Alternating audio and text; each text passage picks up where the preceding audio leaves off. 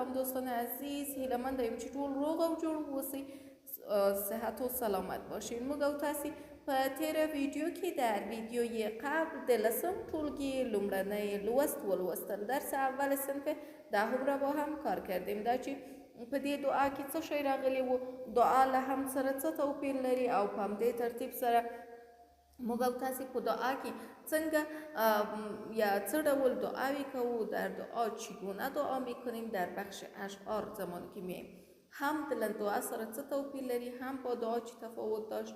خپله دلته کاظم خان شیدا څوک و، کاظم خان شیدا کی بود، په دې هکله پوره بحث وکړه، بحث کاملا دقیق را داشتیم او فعالیتونه مو هم کار کړه، فعالیت ها را هم کار کردیم. نن راځو امروز میایم او د لسم ټولګي دویم لوست زده کوو. مخکې له دې چې راسو په دې باندې خبرې وکړو چې دغه نعت څه دی، موږ او تاسې به په دې باندې وپوهیږو چې د دې لوست موخه یا اهداف مو څه دي، اهداف درس ما چی هستم. دویم لوست دی نعت. موږ په تیره ویډیو کې هم ولوستل یا دعا مو ولوستل. نو رابسو پس میایم در اینجا د نعت او د هم توپیر باندې پوهیږو. فرق بین حمد و نعت را میفهمیم، دا چې حمد څه دی او نعت څه دی.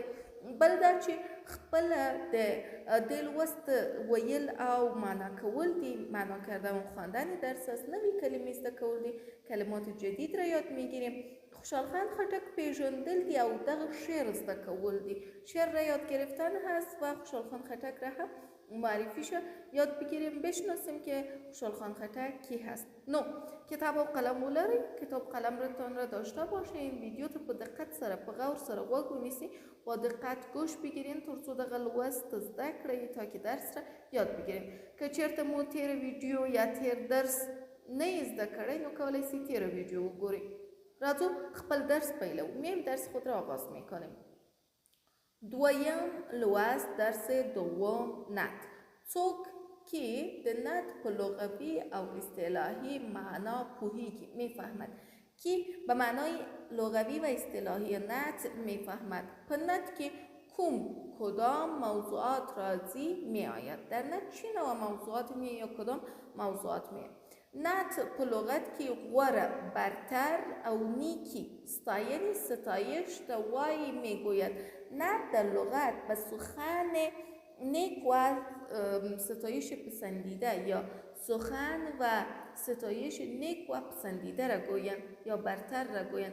او په اصطلاح کې هغه منظومه، آن منظوم او منصور وینا د سخن است. وینا سخن منظوم و منصور هست، یعنی نظمی و نثری هست چې د اسلام د ستر یعنی بزرگ پیغمبر حضرت محمد صلی الله علیه و سلم ستاینه صفت پکی در آن شویوی شده باشد، یعنی در او صفت و ستایش پیامبر شده باشد. زموږ ما د دې ټولګي اینسه د پښتو دویم لوست درس دوم پښتو ما د خوشحال خان خټک نعتیه کلام نعتیه ته ځانګړی مختص شوی دی شده هست، یعنی به کلام نعتیه خوشحال خان خټک مختص شده هست. دا چې موږ دا ولولو ایره با هم بخوانیم. تر لک زیات پیغمبران دي، څوک نبیان څوک مرسلان دي، همه واړه نیک کردار دي، امینان دي، وفادار دي، عالمان دي، راستګویان دي، د وګړو نیک خواهان دي. نه یې نفس نه یې هوا و، هره چاره یې په رښتیا و، یا به وحی یا الهام و چې وچا وتی کلام زیات او کم ویل یې نه کړه، زیات او کم ویل یې نه کړه، چې یې کړه واړه یې ښه کړه. محمد پکې افضل دی، هم آخر دی هم اول دی. د دین کار په ده تمام شو، خاتمت د ده په نام شو. تر لک زیاد پیغمبران دی، لک یعنی 100,000، از 100,000 کرده بیشتر پیامبر داریم. څوک کسی نبیان دی، څوک مرسلان دی. کسی نبی هست و کسی هم مرسل هست. نبی پیغمبر، رسول مرسل یعنی رسول کتاب داره، نبی کتاب نداره. همه واړه نیک کردار دی، همیشون نیک کردار هستند. واړه همیشون کردار نیک دارند. امینان دی، وفادار دی، امین هستند، راستگو هستند، امانتدار و وفادار هستند. عالمان دی، راستگویان دی، د وګړو نیک میخواهند امین هستند، عالم هستند، رازگو هستند و نیکخواه مردم هستند. یعنی بدی مردم نمیخواهند، نه یه نفس نه یه هوا و هر چاره پرختیا و خواهشات نفسانی نداشتند. یعنی ایره نداشتن که بگوین خب من امی دروغ بگویم ایگه پا یک رقم دیگه بگویم ایگه پا نبود. هیچ خواهشات نفسانی نداشتن. هر کارشان، هر چاره، هر کارشان، هر کاری که انجام میدادن ریختیا و راست بود. زیاد او کم ویل نکرد، زیاد و کم گفتار نمی کردن، زیاد و کم ویل نکرد، زیاد و کم نمی گفتن. مثلا من شعر را براتون معنا میکنم، زیادت و کمی دیش میارم به خاطر از اینکه شما بفهمید، ولی اونا زیاد و کم نمی گفتن. چیه کرد؟ چیزی را که میکردن یا انجام میدادن واره یک کرد، کلش درست انجام میدادن. محمد پکی افضل دی، محمد در بینشان برتر است. افضل برتر، هم آخر دی هم اول دی، هم آخر است و هم اول است. دین کار پده تمام شد. تمام یعنی خلاص شد، شو شد. کار دین به او تمام شد، خلاص شد. خاتمت دیده پنام شد و خاتمت یا خاتمه پیامبران به نام از او شد. خوشحال خان خټک. اوس به وګورئ خوشحال خان خټک څوک دی. خوشحال خان خټک د شهباز خان خټک زوی پسر د پښتو ژبې زبان پښتو پیاوړی قوي شاعر لیکوال نویسنده ملی مشر رهبر ملی او لارښود رهنما و بود. این خوشحال خان خټک پسر شهباز خان یکی از شاعران، نویسندگان، رهبر ملی و رهنمای زبان پښتو بود. په 22 در سال 1022 هجری قمری کال سال د پښتونخوا په سرای اکوړه کې زیږیدلی و تولد شده بود. در سرای اکوړه پښتونخوا تولد شده بود. په 1111 هجری قمری کال سال په یا د اته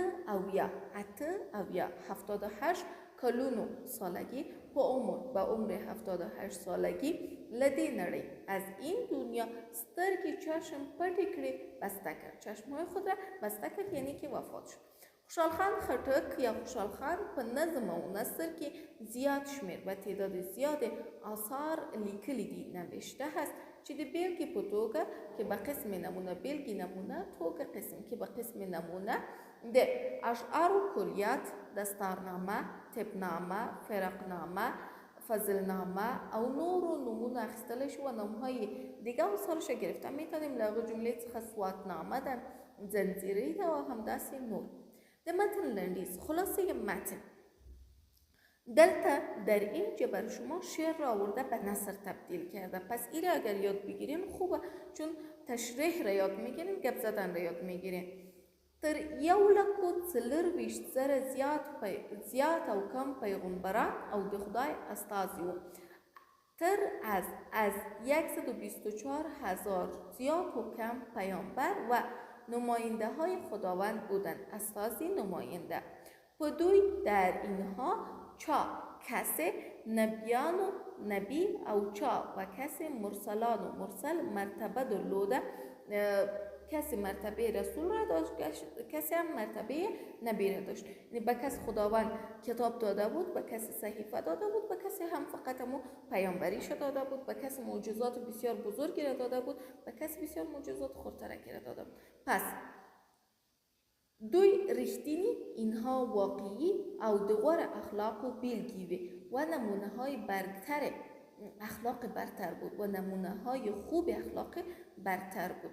خلقو تایه به مردم خلقو مردم به مردم د خدای د وحی پرانا کی در روشنی وحی خداوند او لارښوونه کوله. هدایت او لارښوونه کوله. هدایت و راهنمایی میکرد در روشنی وحی خداوند. چیزی را که خداوند برش میگفت در روشنی از او میامد به مردم چی میکرد؟ راهنمایی میکرد. په دغو ټولو کې در بین این همه یعنی 1,24 نفر محمد ډیر غوره او د لوړې مرتبه خاوند دی. محمد صلی الله علیه و سلم بسیار برتر و خاوند صاحب رتبه بلند می باشد. که څه هم اگرچه هم ظاهرا دې نړۍ ته ظاهرا د دنیا له نورو ټولو پیغمبرانو وروسته راغلی دی، از دیگر تمام پیغمبران آخر آمده، وروسته آخر آمده. خو اما په معنا کې در معنا له ټولو لومړی از همه کرده اول او مقام لومړی او مقدم دی. مقدم یعنی اول هسته، از همه کرده اول و مقدم هسته او نبوت په ده باندې ختم شوی دی و نبوت یعنی سلسله پیامبری بالای از او خاتمه یافته هست. دلته براتون در اینجا میاییم در صفحه 8 براتون سوالات آورده در مورد درس. مثلا ویلی دی پیغمبر چاته ویل که پیامبر به کی گفته می شود؟ نبی څوک دی؟ نبی کیست؟ و وحی څه ده؟ وحی چیست؟ بل پیغمبرانو به څنګه ټولې چارې د وحی په رڼا کې ترسره کولې؟ پیغمبران چگونه تمام امور را در روشنی وحی انجام میدادند؟ حضرت محمد صلی الله علیه و سلم ولی تر نور پیغمبران غوره دی؟ چرا از دیگر پیغمبران کرده برتر هست؟ این سوالات را شما جواب بدید. دلته در رحیمداد شعر دی، یک شعر از رحیمداد دست بسیار شیرین هست. تر شیرین اسم دیجار شم محمد سرفراز دی، په دیدار شم محمد سعادت د دواړو کونو زما دادی، که دی خاورې د دربار شم محمد ستا ثنا به د لویي ویلی نشم، که بلبله د سهار شم محمد.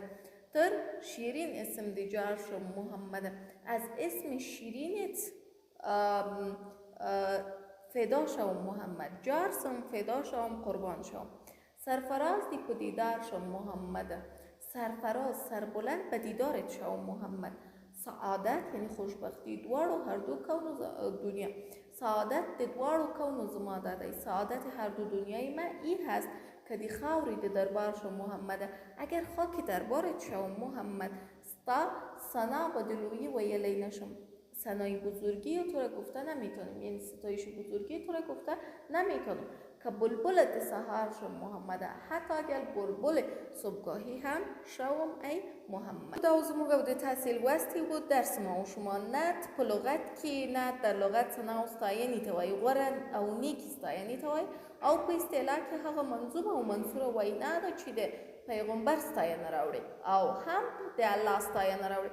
دلته مو یو شعر ولوستل، یک شعر را خواندیم د خوشحال خان خټک و. از خوشحال خان خټک و دا چې موږ تر 1,40,000 زیات پیغمبران لرو، څوک نبی دی، څوک مرسل دی، ټول امین دی، رازګویان دي، رښتینی دي، واقعي دي، او هر کار چې به یې کول د الله تعالی د وحی او الهام په رڼا کې به یې کول، هدایت او لارښوونه به یې د الله په هدایت سره کول. دوی کې افضل برتر څوک دی؟ محمد دی چې د پیغمبرۍ لړۍ هم په ده باندې ختمه سوې ده. خوشحال خان خټک د شهباز خان زوی دی، په سرایه کوړه کې په 1022 کې زیږېدلی دی، په 1100 کې وفات شوی دی. ډېر زیات کتابونه او آثار لري، له هغې جملې څخه دستارنامه، طبنامه، فراقنامه، فضلنامه، سواتنامه، زنجیرې او نور دي. دا زموږ د تحصیل وستی بود درس ما. شما که چېرته بیا هم پوښتنه لرئ، بازم سوال دارید، کوم ځای باندې نه یاست پوه سوي، نه فهمیدین، کولی سئ هغه راڅخه په کومنټ کې مطرح کړئ.